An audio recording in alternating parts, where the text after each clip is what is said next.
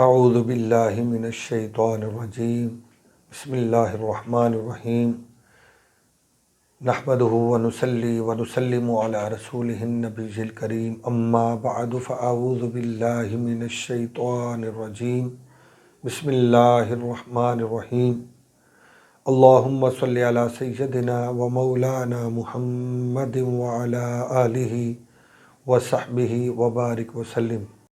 معزز طلبہ و طالبات و معزز سامعین گرامی، السلام علیکم ورحمۃ اللہ وبرکاتہ۔ ہم حضرت سیدنا شیخ شرف الدین سعدی شیرازی رحمۃ اللہ علیہ کی معروف اور آپ کی مایہ ناز کتاب کریمہ سعدی پڑھ رہے تھے۔ آج ہم کریمہ سعدی کے 13ویں لیکچر میں حاضر ہیں۔ ہم در صفت تواضع یہ بیان پڑھ رہے تھے۔ اس کے 3 پارٹس آپ سماعت کر چکے، اس کی 3 نشستیں آپ سماعت کر چکے۔ آج اس کی چوتھی اور آخری نشست میں ہم حاضر ہیں۔ آج انشاءاللہ العزیز اللہ پاک کے اذن سے اور اس کی توفیق سے ہم اس بیان کو کمپلیٹ کر لیں گے۔ تو چلتے ہیں بلا تاخیر ہم آج کے سبق کی طرف توجہ سے۔ آپ اسکرین کے اوپر آج کا سبق دیکھیں۔ آج کا سبق آپ کے سامنے شو ہو چکا ہے، یہ ہے۔ تو آج کا پہلا شعر توجہ سے دیکھیں، اور یہ مجموعی طور پر اس بیان کا 10واں شعر ہے۔ 9 اشعار آپ سماعت کر چکے، یہ 10واں شعر ہے۔ کسے را کے عادت تواضع بود، کسے را کے عادت تواضع بود، ز جاہ و جلالش تمتع بود، ز جاہ و جلالش تمتع بود۔ تو بامحاورہ ترجمہ پہلے سماعت کریں، پھر لفظی ترجمہ کرتے ہیں، پھر ہم اس کو سمجھتے ہیں۔ کسے را کے عادت تواضع بود، عاجزی کرنا جس کسی کی عادت ہوتی ہے، عاجزی کرنا جس کسی کی عادت ہوتی ہے، ز جاہ و جلالش تمتع بود، تو اس کی بزرگی اور مرتبے کے لیے نفع مند ہوتی ہے، اس کی بزرگی اور مرتبے کے لیے نفع مند ہوتی ہے۔ لفظی ترجمہ آپ پہلے دیکھ لیں۔ جاہ کا معنی ہوتا ہے مرتبہ، جلال بزرگی کو کہتے ہیں۔ اسی طرح لفظ آیا تمتع، تمتع نفع کو کہتے ہیں، نفع کو۔ تو باقی تقریباً الفاظ آپ نے وہ ہیں جن کا ترجمہ پہلے بھی آپ نے پڑھ لیا ہوا ہے۔ تو کسے را کے جس کسی کی عادت کا معنی عادت، جس کسی کی عادت ہو، تواضع بود عاجزی کرنا ہو، جس کسی کی عادت عاجزی کرنا ہو، ز جاہ و جلالش تمتع بود، ز جاہ و جلالش تو اس کی بزرگی اور مرتبے کے لیے تمتع بود نفع مند ہوتی ہے۔ جس کسی کی عادت عاجزی کرنا ہو، جس کسی کی عادت عاجزی کرنا ہو، تو یہ عادت بزرگی اور مرتبے کے لیے، بندے کی بزرگی کے لیے، اس کے رتبے کے لیے، اس کے مرتبے کے لیے نفع مند ہوتی ہے، سود مند ہوتی ہے، اس کو فائدہ دینے والی ہوتی ہے۔ تو عاجزی کی عادت بندے کو اپنانی چاہیے، اور بندے کے اندر عاجزی ہی بہتر ہے، اور انسانیت کا تقاضا بھی یہی ہے، اور مطلوب شرع بھی یہی ہے کہ بندہ عاجز ہو، عاجزی کرنے والا ہو۔ چلتے ہیں دوسرے شعر کی طرف۔ دوسرا شعر ہے تواضع عزیزت کند در جہاں، تواضع عزیزت کند در جہاں، گرامی شوی پیش دل ہا چو جاں، گرامی شوی پیش دل ہا چو جاں۔ تو پہلے مصرعے کا ترجمہ دیکھیں۔ تواضع عزیزت کند در جہاں، عاجزی تجھے جہان میں عزت والا بنائے گی، عاجزی تجھے جہان میں عزت والا بنائے گی۔ گرامی شوی پیش دل ہا چو جاں، تو عزت والا ہوگا لوگوں کے دل میں جان کی طرح، جان کی طرح، تو لوگوں کے سامنے عزت والا ہوگا جان کی طرح، جان کی طرح۔ جس طرح جان بندے کو عزیز ہوتی ہے، اسی طرح تو جان کی طرح لوگوں کو عزیز ہوگا۔ تو عزیز کا معنی عزت والا ہے، لفظی ترجمہ دیکھیں، عزیز کا معنی عزت والا، گرامی کا معنی بھی عزت والا ہے۔ شوی تو ہوگا، یہ شدن مصدر سے فعل مضارع واحد حاضر کا صیغہ ہے۔ دیکھیں شدن سے شود مضارع آتا ہے تو اس کی گردان کرے شود، شوند، شوی، شوی یہ واحد حاضر کا صیغہ بنے گا، یعنی تو ہوگا۔ اور پیش کا معنی ہے جی سامنے، پیش یعنی سامنے، کہتا ہے پیش کرو یعنی سامنے لاؤ یا حاضر کرو۔ دل ہا، یہ دل کی جمع ہے، دل ہا دل کی جمع ہے۔ چوں کا معنی ہوتا ہے مثل یا طرح۔ تو اب توجہ سے دیکھیں یہ شعر، تواضع عزیزت کند در جہاں، عاجزی عزیزت تجھے معزز کرے گی، عزت والا کند کرے گی، در جہاں جہان میں یا دنیا میں، عاجزی تجھے جہان میں یا دنیا میں عزت والا کرے گی یا عزت والا بنائے گی۔ گرامی شوی تو معزز ہوگا، تو معزز ہوگا، پیش دل ہا چو جان، لوگوں کے سامنے تو جان کی طرح، تو جان کی طرح یا جان کی مثل۔ تو جس طرح جان بندے کو عزیز ہوتی ہے اس طرح تو بھی لوگوں کو عزیز ہوگا۔ کب؟ جب تیری عادت عاجزی کرنے والی ہوگی، جب تو عاجزی کو اختیار کرے گا اور جب تو عاجزی کرنے والا ہوگا تو لوگوں کے دلوں میں معزز بھی ہوگا اور جان کی طرح تو ان کو عزیز بھی ہوگا۔ چلتے ہیں اگلا شعر دیکھیں، آج کا تیسرا اور مجموعی طور پر 12واں شعر ہے، سیکنڈ لاسٹ اس بیان کا شعر ہے۔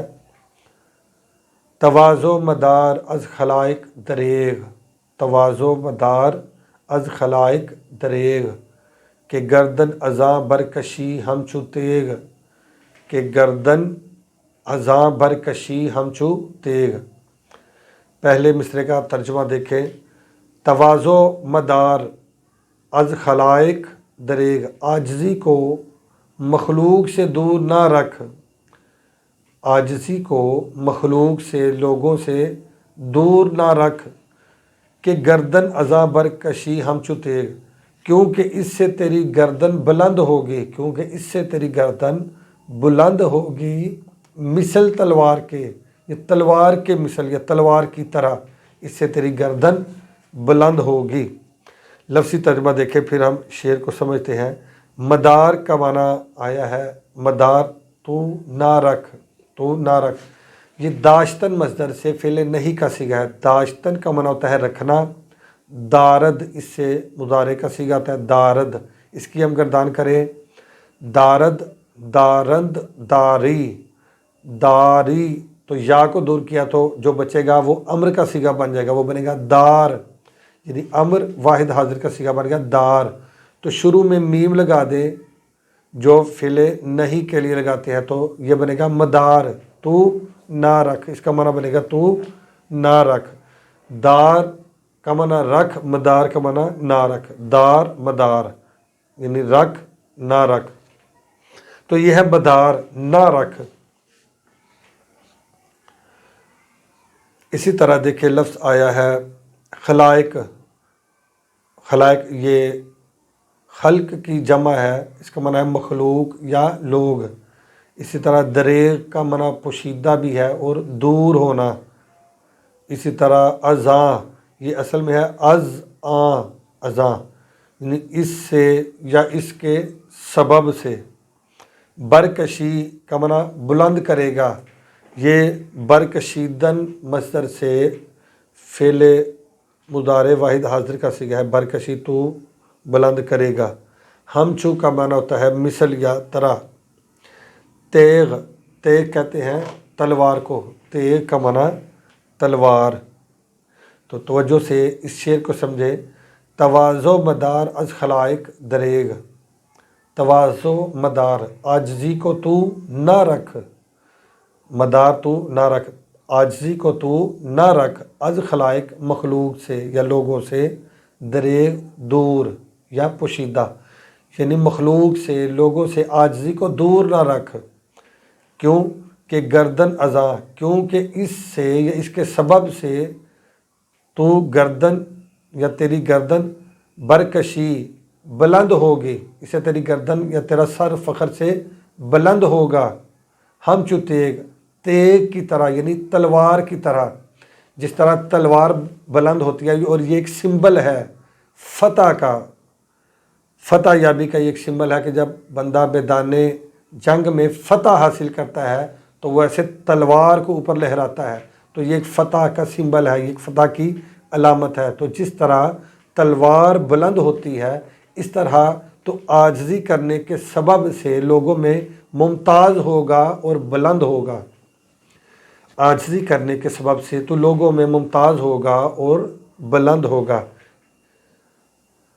تو تلوار میں بھی ایک خاص قسم کا، اور تلوار کی تشبیہ اس وجہ سے بھی ہے کہ تلوار میں بھی ایک قسم کی خمیدگی، تھوڑا سا ٹیڑھا پن یا جھکاؤ ہوتا ہے، بالکل ایسے اسٹریٹ نہیں بنائی جاتی، بلکہ اس میں تھوڑا سا خم رکھتے ہیں، خم ہوتا ہے، تھوڑا سا جھکاؤ ہوتا ہے، جو کہ ایک عاجزی کا سمبل ہے، یہ عاجزی کی علامت ہے، انکساری کی، تواضع کی یہ علامت ہے، تھوڑا سا جھکا ہوا ہونا، اور بالکل سیدھا ہونا یہ اکڑ کی، تکبر کی، غرور کی علامت ہے، اور جھکا ہوا ہونا یہ عاجزی، انکساری کی علامت ہے۔ تو تلوار میں ایک خاص قسم کا جھکاؤ ہوتا ہے، تو اس عاجزی کی وجہ سے تلوار کو کیا صلہ ملتا ہے؟ تلوار کو صلہ یہ ملتا ہے کہ وہ اپنے مقتول کے اوپر بلند ہوتی ہے۔ تلوار اپنے مقتول پر بلند ہوتی ہے، یعنی جس کو وہ تلوار قتل کرتی ہے، جو بندہ مقتول بنتا ہے، اس کے اوپر تلوار بلند ہوتی ہے، اس کو یہ شرف حاصل ہوتا ہے۔ تو اسی طرح مراد یہ ایک تشبیہ ہے، یہ ایک سمجھنے کے لیے ایک تشبیہ ہے۔ تو جس طرح اس کے اندر تلوار میں خمیدگی ہوتی ہے، جھکاؤ ہوتا ہے، عاجزی ہوتی ہے، یہ جو عاجزی اور انکساری کی علامت ہے، یہی حال عاجزی کرنے والے کا ہوتا ہے، انکساری کرنے والے کا ہوتا ہے، تواضع کرنے والے کا ہوتا ہے، کہ وہ اپنے مخالفین پر اس عاجزی کی وجہ سے بلند ہوتا ہے، عاجزی کی وجہ سے بلند ہوتا ہے۔ چلتے ہیں آگے آج کے آخری شعر کی طرف۔ آج کا چوتھا اور مجموعی طور پر یہ 13واں شعر ہے اور اس بیان کا آخری شعر ہے۔ توجہ سے دیکھیں، یہ ہے تواضع ز گردن فرازاں نکوست، تواضع ز گردن فرازاں نکوست، گدا گر تواضع کند خوب اوست، گدا گر تواضع کند خوب اوست۔ اسی طرح ہم بامحاورہ ترجمہ کرتے ہیں، بعد میں لفظی ترجمہ دیکھیں۔ پہلا مصرع ہے تواضع ز گردن فرازاں نکوست، عاجزی کا بلند رتبے والوں میں پایا جانا بہت اچھا ہے۔ گردن فرازہ یعنی بلند رتبے والے، بلند مرتبے والے، تواضع یعنی عاجزی کا، ز گردن فرازہ بلند رتبے والوں میں پایا جانا، نکوست یہ بہت اچھا ہے۔ گدا گر تواضع کند خوب اوست، فقیر اگر عاجزی کرے تو یہ تو اس کی عادت ہے، فقیر اگر عاجزی کرے تو یہ تو اس کی عادت ہے۔ یہ کوئی کمال نہیں کہ فقیر عاجزی کرتا ہے، بلکہ یہ تو اس کی عادت ہے۔ لفظی ترجمہ دیکھیں، پھر ہم اس شعر کو پڑھتے ہیں۔ گردن فرازہ کا معنی ہوتا ہے گردن بلند کرنے والے، یعنی بلند گردن والے، مراد بلند رتبے والے لوگ، بلند مرتبے والے لوگ۔ نیکو کا معنی ہے اچھا، اچھا یا خوب یا عمدہ۔ گدا کا معنی ہے فقیر، بیکاری یا منگتا، اور خو کہتے ہیں عادت کو، خصلت کو یا سرشت کو، عادت، خصلت یا سرشت کو۔ تو توجہ سے آج کا آخری شعر دیکھیں، تواضع ز گردن فرازاں نکوست، عاجزی کا پایا جانا بلند رتبے والے لوگوں سے،